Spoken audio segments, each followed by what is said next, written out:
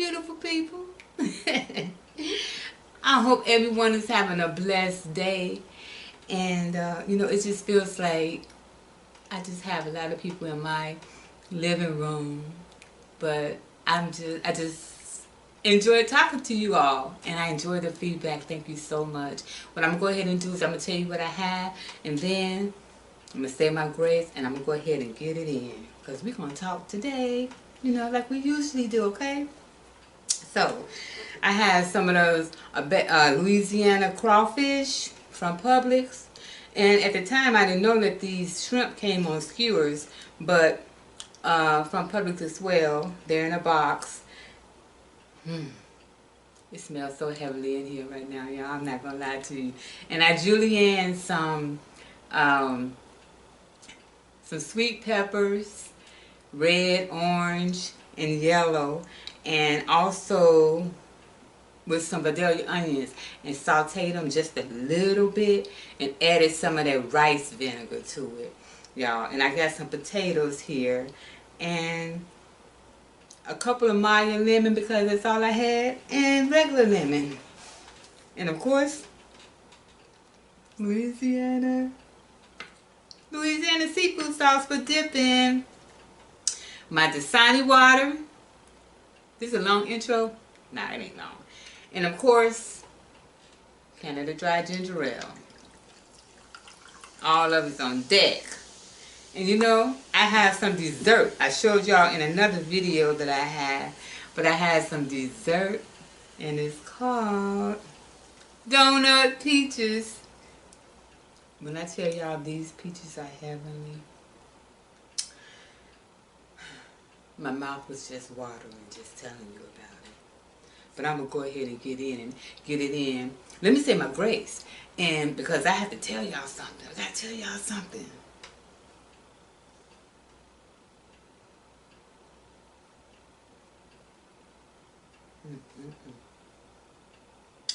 Amen. Amen, Father.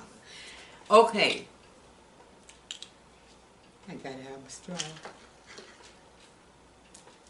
As y'all can tell by the title,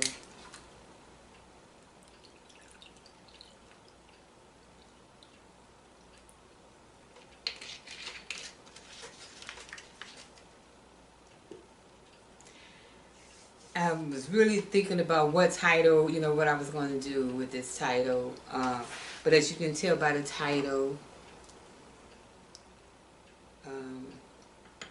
it's a little story time for you. Okay, y'all ain't gonna dance. That should be a challenge. Try not to dance while you do it. It's like having some really good ice cream.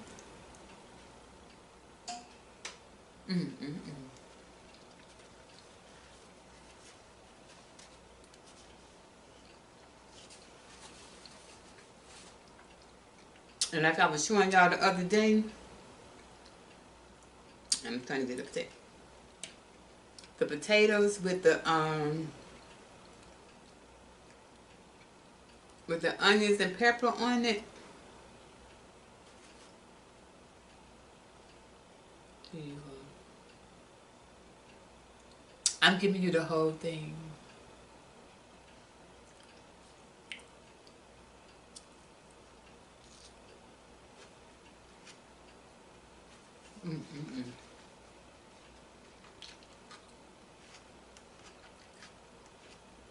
Y'all should try that.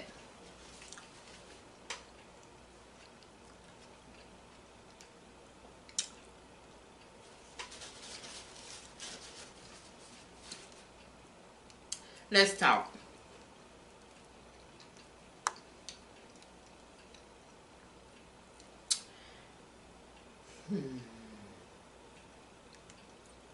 You know, we all have a story. Some of us have more stories than others. Some of us is a little more tragic. But tragedy and fear, it means the same when it's attached to anybody. It's still the same. It's still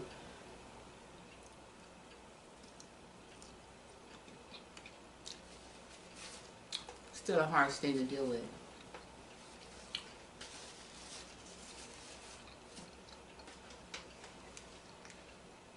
Now you all know since I'm a storyteller, I gotta set y'all up with the story before I tell y'all the real deal. Right? So, let me set this story up just by asking you, have you, I'm gonna set this story up. Okay.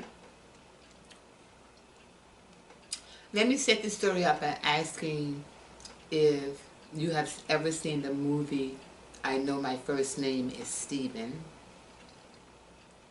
or seen the show that used to come on, or series that used to come on, Long Lost Relatives.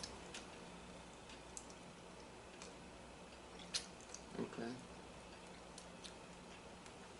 Okay. To give you a quick synopsis of I Know My First Name is Steven, it's a movie during the, I believe it's probably during the late 80s, early mid-90s, something like that, right? A young boy is kidnapped from his home. And when he's kidnapped from his home, he's taken away with two men. And he's gone for years. His parents have, they were painting a fence. They were like from a poor family and stuff, you know. And they have his parents had other children, and they were painting a fence, their house fence, just before he left. And he wrote his name on there, Stephen. So his parents never painted over that fence, and they always looked for him to come home. And one of the, you know, the saddest part is, I don't want to tell you the movie because, you know, I want you to maybe go and see it. Look in the archives, because that's where it is. And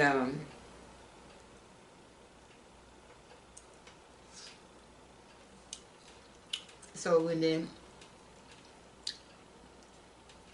of course, it was a true story. And so when it was such a true story. Oh, I'll tell you that in a minute, but it was a true story. And so when the young man was brought back home, or the little boy was brought back home, like I say, he had been gone for so many years, and it was so many things that his parents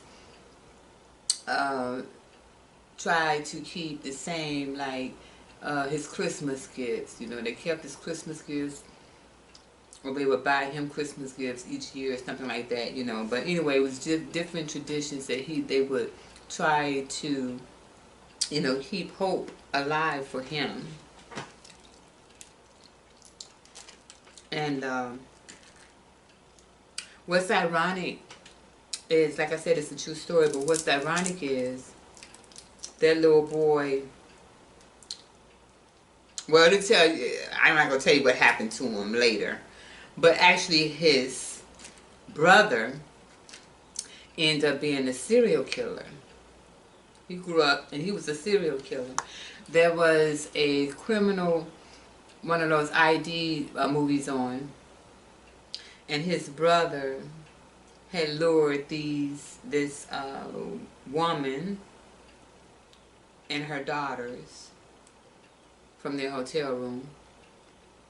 Well, had given them earlier given them directions and stuff, you know, because they were there going to Disney World or something, because they were from a farm. He got them on a boat, and he actually drowned them. He killed them. So, and I think his last name was State. It wasn't Stabler like on law enforcement. Stagler or something like that. Stagler. It was something like that. But check that series out. So I wanted to set you all up with a little short story or a little synopsis before I tell y'all about this title that I have here. You know, being betrayed. And when you are betrayed, it makes it so hard for you to trust others. You know, going down the road, you have to put some work in. You know, with yourself and everything in order to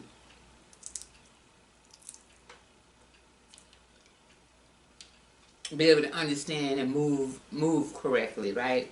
You know what I mean, move correctly in life. Well,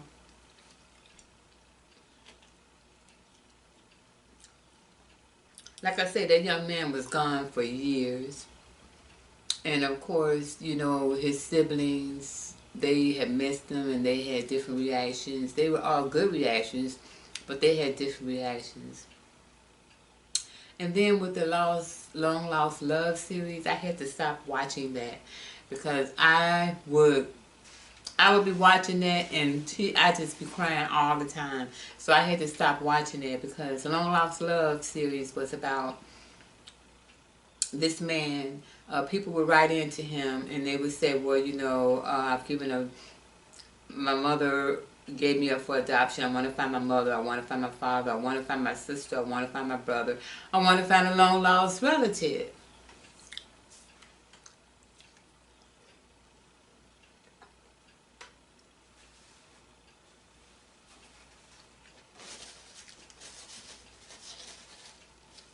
And back in the,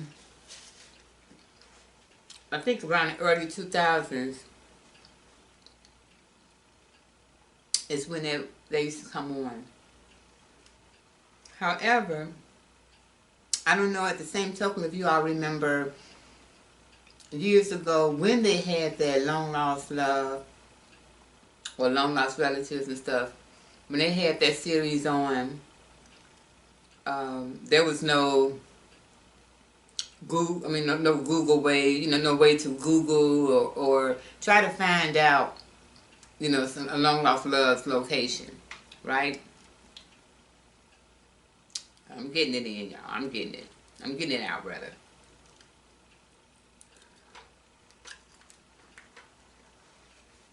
Well, they have this thing called US search. USA search. And what it was is if you wanted to find someone, a long lost relative, a long lost love or whatever, you would contact this place and they would send you had to tell them the name of the person, their date of birth, and what city and state they currently live in. And so what they do is they send you a whole, they send you almost like a book of people with that first and that last name.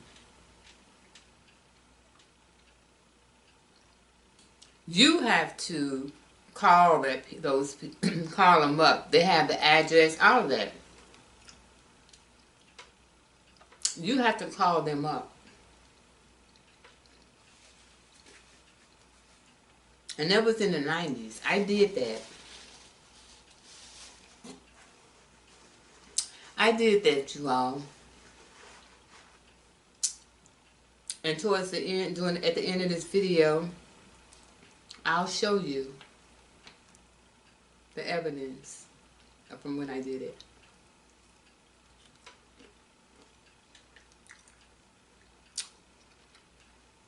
Let me tell you a story. Think about the Beverly Hillbillies, you know. Listen, they're all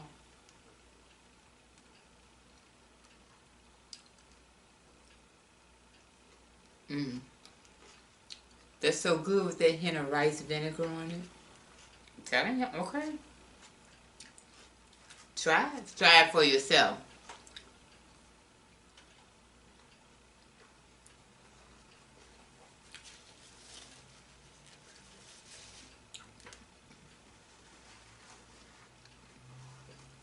Let me tell y'all how my search for a loved one turned out to be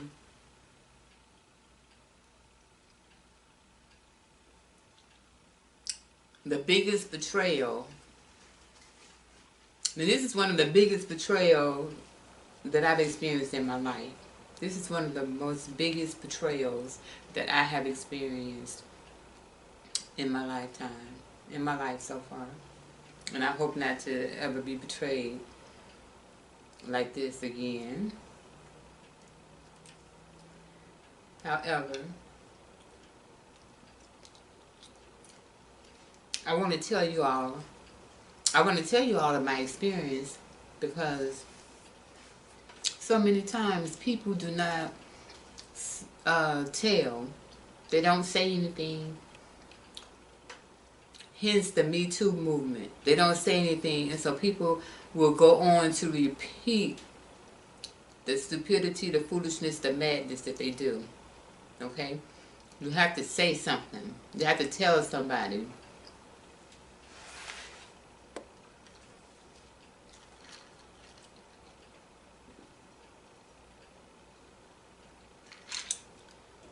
And also, so that there would not be the next victim, you know?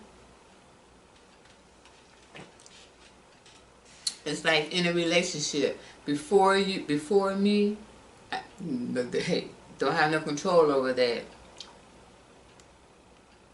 During and after me, you know, that's what you worry about.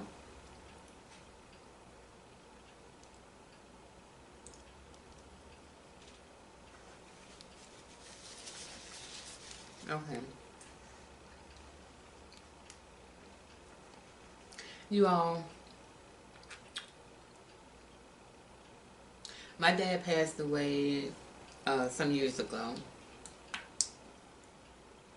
My biggest fan, my biggest supporter, the one that loved me unconditionally, no matter what. That was my rock.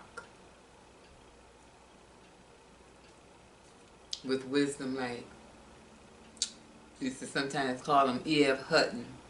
He may not say a lot, but when he says something, it's something with substance. Okay. Excuse me.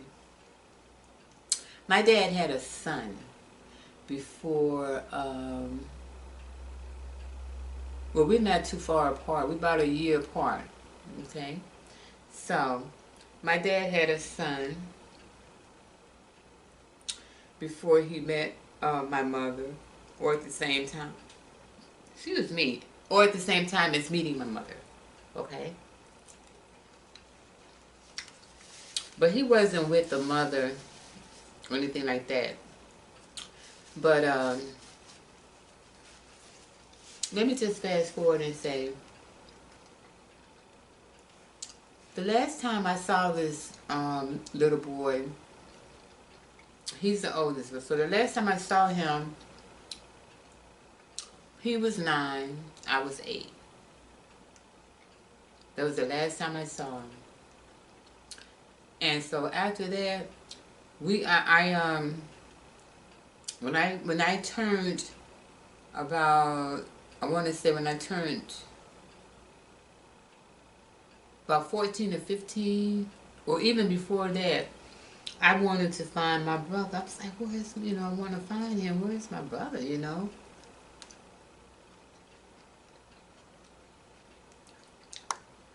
so I looked for him. And that led me to the USA search. So I went through that. I'll show y'all that later. Oh yeah, I always come with receipts.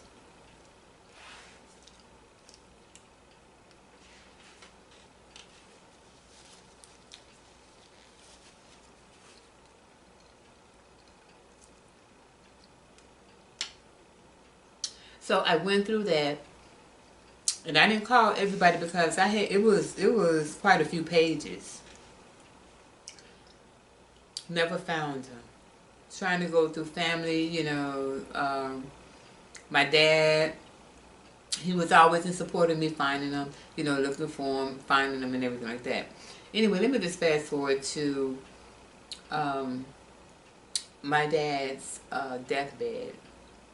I was there, and his pastor came in, and he remembered me from when I had visited my dad's church, you know, when I was in the military, when I had visited my dad's church when I was at home and everything for a visit. And so he was like, he was talking to me. He was saying, so, you know, are you the only child? And before I could say, oh no, you know, I have a brother, because I always include my brother. Even though I have other siblings, I always included him as being my sibling. My father, he was laying there in the bed and he said, no, she's, you know, she's the only child, this and that.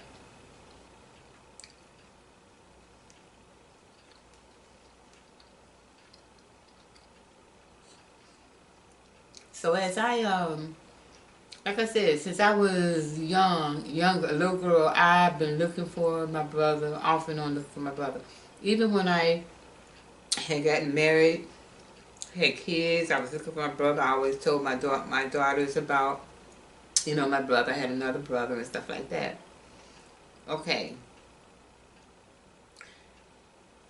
Also, at the time with the USA Search, they had, you can go through the Red Cross. You can still go through the Red Cross. So you go through the Red Cross and the Salvation Army. That's what it was. Go through the Salvation Army, and you know, to see if they can help you find your lost relative and all that kind of stuff too. I have letters. I have a letter from that.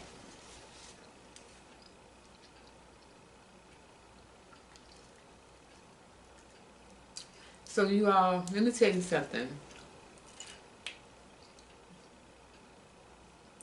I did eventually, I found my brother. I found my brother. I Skyped with him about, how long has it been since I found him? I found him when did I find him? I want to say at least 4 or 5 years ago. About 4 or 5 years ago. Now we're adults, as you can see. So glad I mean, it was like off of TV. Even his wife was like, y'all could do that. Y'all could do a movie off of, you know, the long lost loves, the long lost relatives and stuff like that. You all, come to find out, I'm here in Jacksonville, North Carolina. He's in Fredericksburg, Virginia. So around the same time I moved here, he was living in Virginia. So all those years, or at least a good 20 years, he was there and I was here. Off and on, okay? Well, me off and on. I found him through Zaba search, Z-A-B-A search, through 411. And then when they gave me all the information from that, then I started looking at Facebook. And because we have a unique last name, maiden name, my maiden name is so unique for black folks, it made it easier to find him.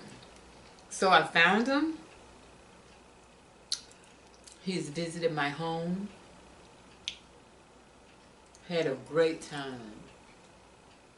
He says, now that I found you, sis, I'm never letting you go. I even had his birth certificate. Showed him his birth certificate rather. You know, His mom was, and I've gone to his house and stayed over the weekend. G and I, okay?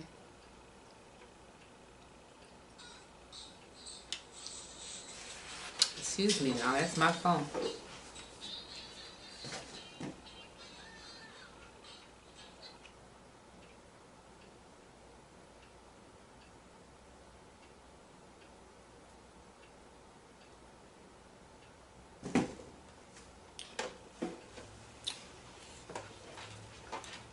So sorry about that, y'all.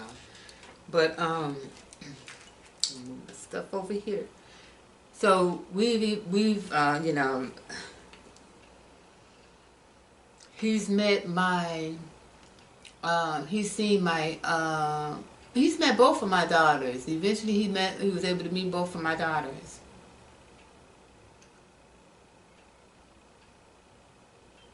I thought, I mean, it was one of the most happiest events.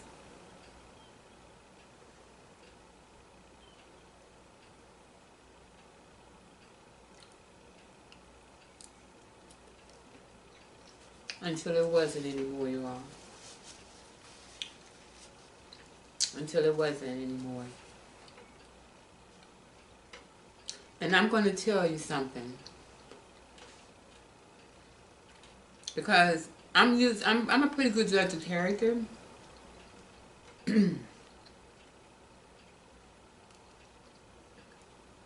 That one slipped by me. But let me just say this.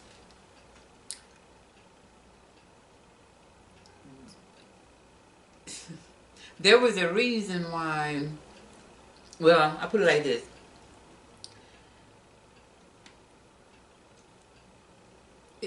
Stranger danger is not just somebody out there on the street, a stranger. Stranger danger is somebody that's sitting right next to you. Stranger danger is someone you letting right into your house. Now, I'm going to be real clear and tell you that he didn't do anything physically or anything like that to anyone that I love. But you don't show an interest, you know, when a grown man shows interest to young girls, you need to be tarred and feathered, to me. And I'm not promoting any violence. Oops, not promoting any violence. But I'm just saying, okay? Need to be tarred and feathered. You know. And the thing of it is that when someone does something, when an adult commits a despicable act, whether it's verbally or physically, it's not their first, 9 times out of 10, it isn't their first time doing it. You know. And I say to women, and I'm not going to say just with young women, because there'd be a lot of older women too. To women out there, when you meet someone, you don't know anything about them. And especially if you have children, don't move them into your house immediately. People be moving, you be moving so fast, you know. And I know why. But, because I'm going to tell you, a lot of times, people don't even show themselves to you right away. Think about it.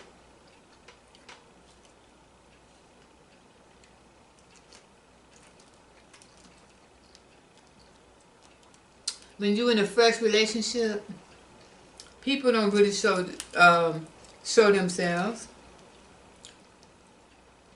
Because they're so busy trying to impress the other person, you know. So then that's why you look up and you discover, oh man, who is this woman when you look in the mirror? You know, you got to pay attention. Don't ignore the red flags. And I'm saying it about relationships. I'm saying it about relationships.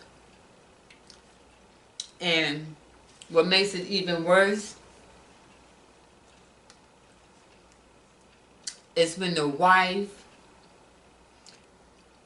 and the mother are just as ignorant. And I'm gonna tell you something.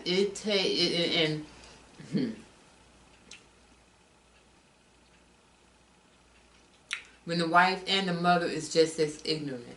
And nowadays, ladies and gents, some of these women out here is just as, if not more, sadistic as men.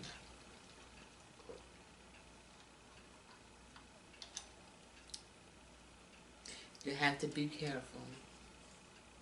But anyway, I hope you enjoyed this video. I tried to make it just a little shorter today, you know. I just wanted to share that with you all. But, you know, I gotta close out with my... This is so good, y'all. Especially the potatoes with that and little... I love the idea of having to... the fun of it is actually cracking these, you know. That's the fun. And I am going to do the heart video for you all. You know, I wanted to display all of my material, not my material, my equipment and stuff outside, and do it for you all outside, and take you on a little tour and stuff. But it's been so hot. And last, I want to shout a YouTuber out. And her name is Shells Lorraine. Her name is Shells Lorraine. Now, I know we on camera and stuff like that. You don't really know a person. But she came over to my channel just as humbly as she can be, just to show love. And to say that she, you know, like, enjoy my videos. And her name, like I said, is Shells Lorraine. Chells Lorraine Life. Shells Lorraine Life. Sweetheart. She's a new YouTuber, like myself. And we're trying to make things happen, y'all. Okay? We are trying to make things happen.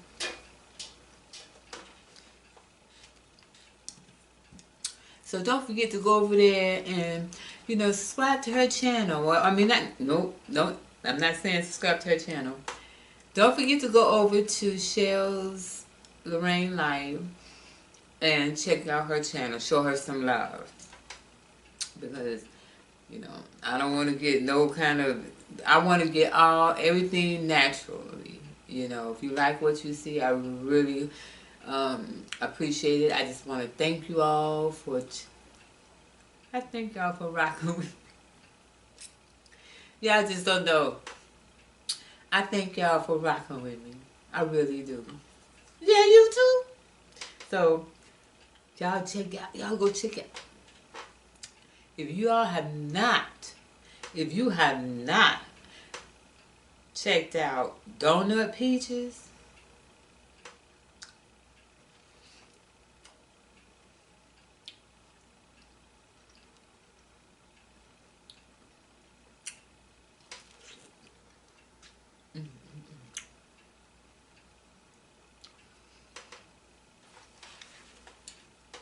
these things are so good, so juicy, and so sweet.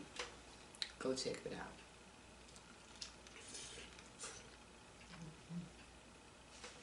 This is my dessert. You know I enjoy you all. Thank you so much for watching. Please don't forget to comment, like, subscribe, share, Be good to yourself. And continue to have fun, okay? See that postmark? June 15, right? 1995. And it's from 1-800 US